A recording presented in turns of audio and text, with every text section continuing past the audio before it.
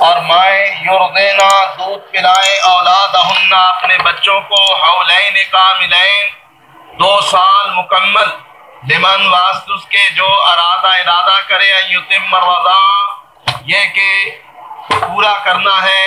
مدت رضاعت کو یعنی دودھ پلانے کی مدت کو وعلی المولود اور اوپر اس کے کہ بچہ ہے لہو واسطے اس کے رزق ہننا کھانا ان کا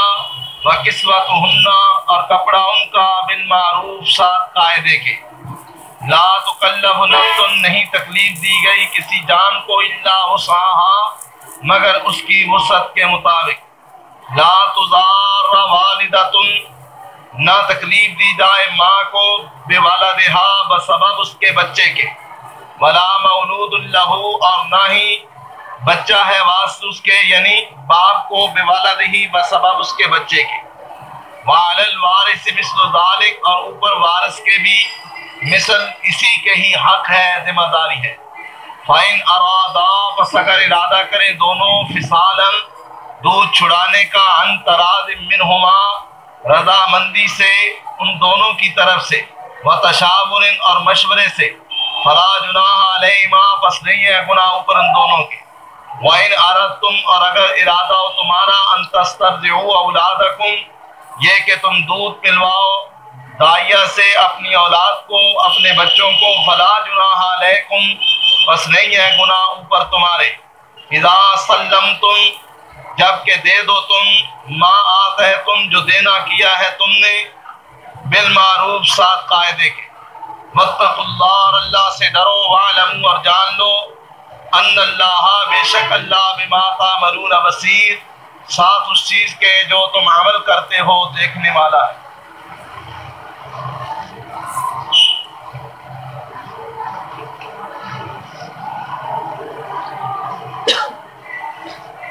اس آیت کریمہ میں رضاعت سے متعلق احکام ہے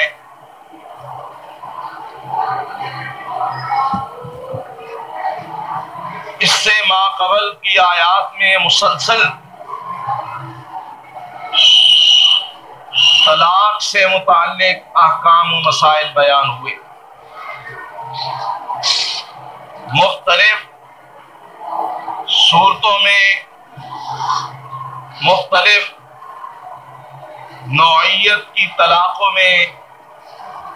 پیش آمدہ حالات کے مطابق اللہ تعالیٰ نے اپنے بندوں کی رہنمائی فرمائی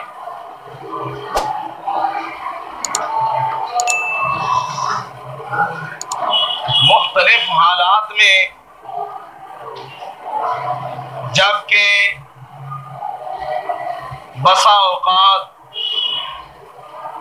میاں بیوی کی جدائی یعنی طلاق منطقی نتیجے تک پہنچ جاتی ہے تو پھر اس کے بعد کئی ایک مسائل اور مصائب پیدا ہوتے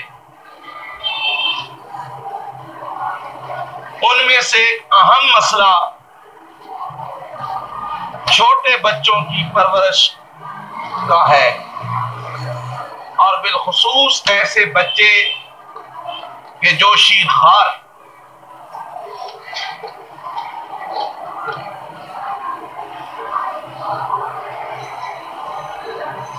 والدین نے تو ضد کما لی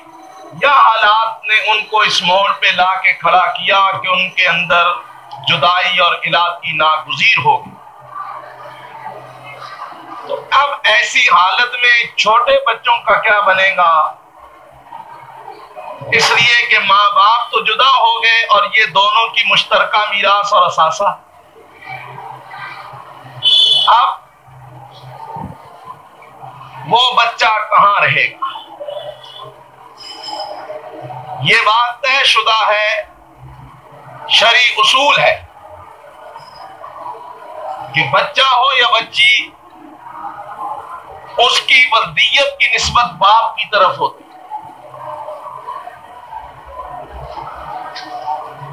اور وہ بالآخر باپ کے پاس ہی جائے گا اور باپ کے پاس ہی رہے گا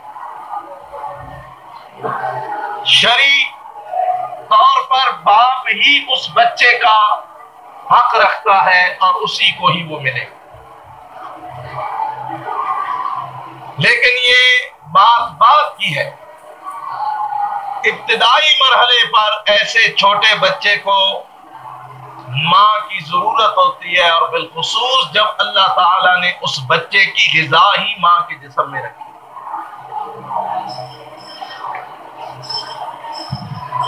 اب اگر کوئی شخص یہ کہے بچہ میرا، اور بچے کو چھین کر ماں کو گھر سے نکال دیتا ہے، تو پھر بھی اس بچے کی پرورش کا مسئلہ ہے۔ اور اگر وہ بچہ ماں اپنے ساتھ لے جاتی ہے تو پھر بھی ایک نہ ایک دن اسے باپ کے پاس لوٹانا ہوگا، تو آیا اس کی پرورش اور نگہداشت کی ذمہ داری کس پر ہے؟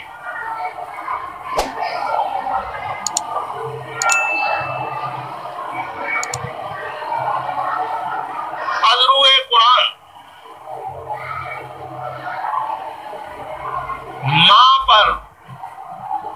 اللہ کے کچھ شرعی عذر نہ،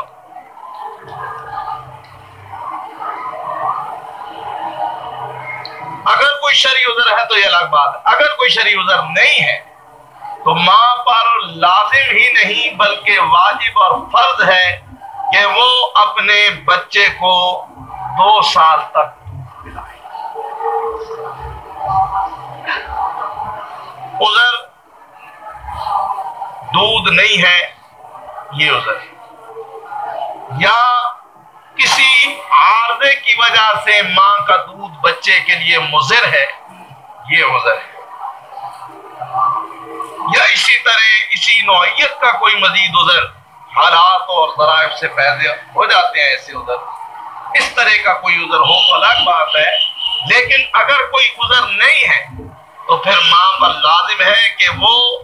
اپنے بچے کو 2 سال تک دودھ پلائے۔ یہ ہے مدت رضاعت جو کہ شریعت نے مقرر کی ہے۔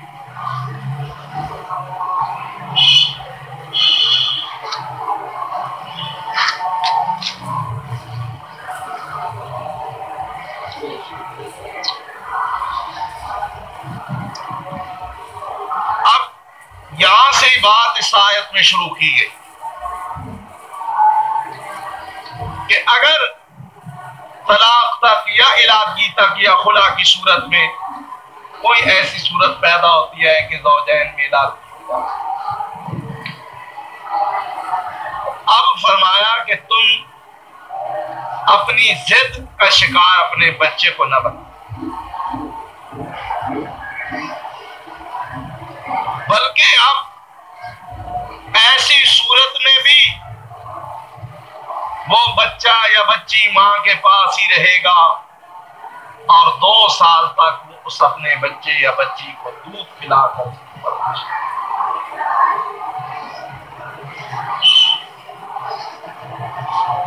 والوالدات یرضعن اولادہن حولین کاملین، اور اس حالت میں اگر کوئی شخص کہتا ہے کہ میں اس بچے کو ماں کے حوالے نہیں کرتا تو وہ شرعی طور پر مجرم ہے، اس کا یہ جرم ہے کہ وہ بچے کو شیرخواری کے عالم میں اپنی ماں سے جدا کرتا، ماں ہی کے پاس رہے گا اور ماں ہی اس کو دودھ پلائے گی حتیٰ کہ 2 سال۔ لمن اراد ان یتم الرضاع، یہ مدت ان عورتوں کے لیے پوری کرنی لازم ہے کہ جو یہ ارادہ کر لیں، پروگرام بنا لیں کہ انہوں نے اپنے بچوں کو پورا 2 سال دودھ پلانا ہے، یعنی ان کے پاس کوئی شرعی عذر نہیں ہے۔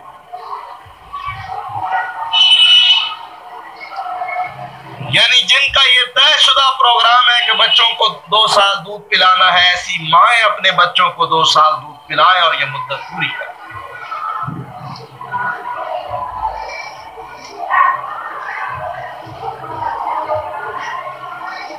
اور یہ بات بھی یاد رہے کہ یہ اللہ کا قانون ہے اور ضابطہ ہے۔ اگر عذر کوئی نہیں اور پھر بھی کوئی اس ضابطے کو پورا نہیں کرتا تو وہ حق تلفی کا جرم کرتا ہے، بچے کی حق تلفی۔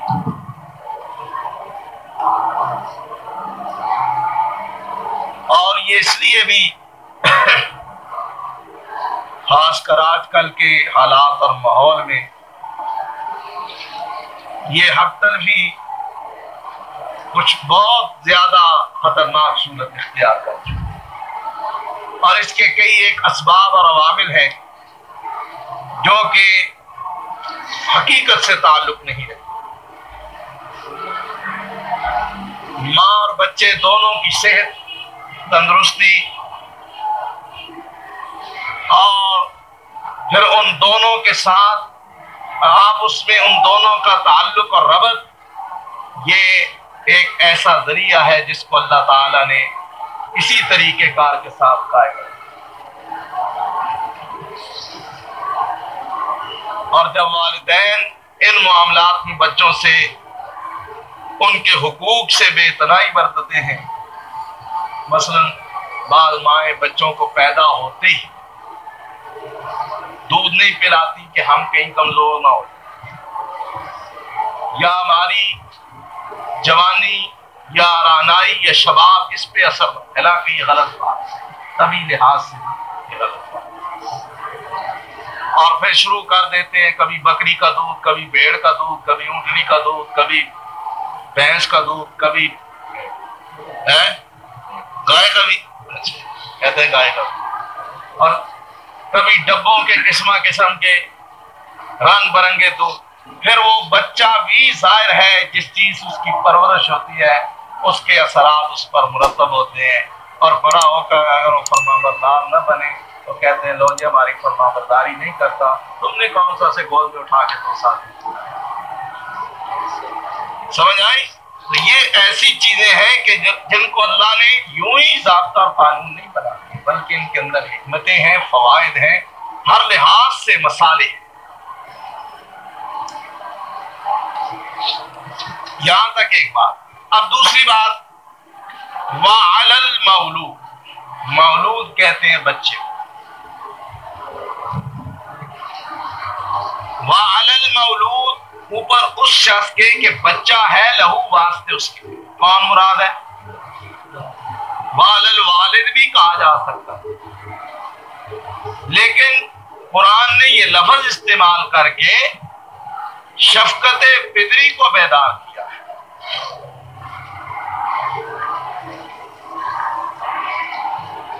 ایک کو کہا جاتا ہے فلاں کے پاس، اور جب اسے یہ کہا جائے کہ یہ تیرا ہی بیٹا، الفاظ میں بسا اوقات اتنی یعنی شدت ہوتی ہے یا وہ الفاظ اتنے وزنی اور زوردار ہوتے ہیں کہ وہ اپیل کرتے ہیں، بات ایک ہی ہوتی ہے بسا اوقات، لیکن الفاظ کا انتخاب اور پھر ان الفاظ کا برمحل استعمال اس بات کو وزنی بنا دیتا ہے، اس کا معیار اونچا کرتا ہے۔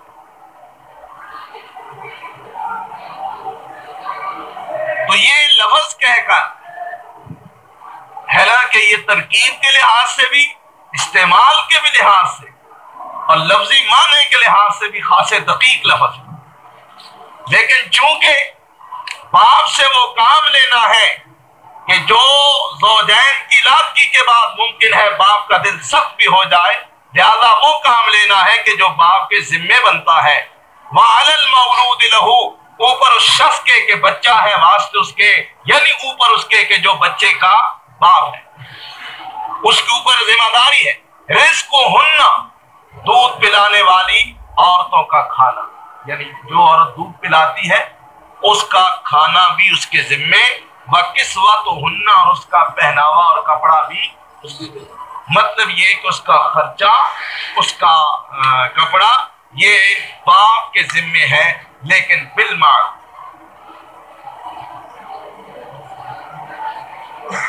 معروف کے ساتھ، اچھے طریقے، بھلے طریقے کے ساتھ، عام قاعدے اور دستور کے مطابق، جس قدر باپ کی پسلی ہے، جس قدر وہ برداشت کر سکتا ہے اسی قدر وہ اپنی وسعت اور گنجائش کے مطابق دودھ پلانے والی کو،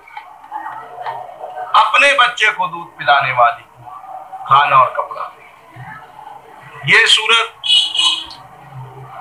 اس طرح بھی ہو سکتی ہے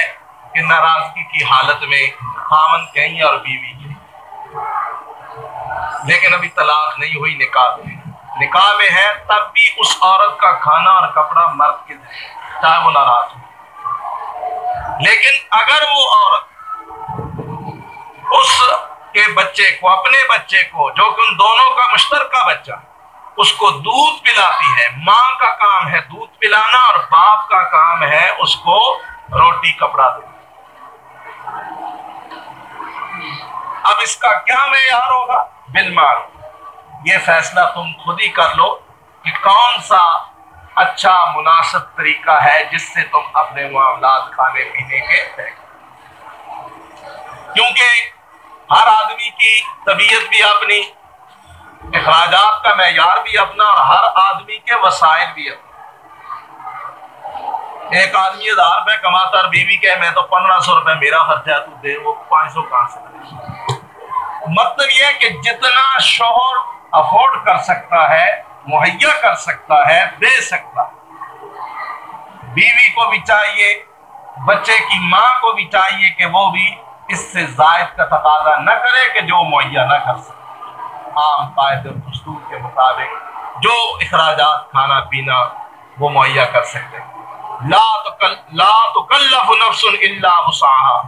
نئی تکلیف دی گئی کسی جان کو مگر اس کی وسعت کے مطابق، یعنی اللہ کا یہ قاعدہ قانون ہے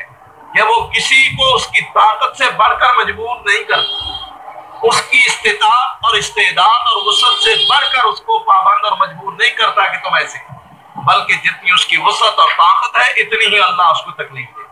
جتنی وہ برداشت کر سکے۔ لہذا لا تضار والدۃ بولدہا، نہ ستایا جائے، ایذا دی جائے، تکلیف دی جائے ماں کو بسبب اس کے بچے کو، یعنی ماں کو اس لیے نہ ستایا جائے کہ اس کا بچہ ہے،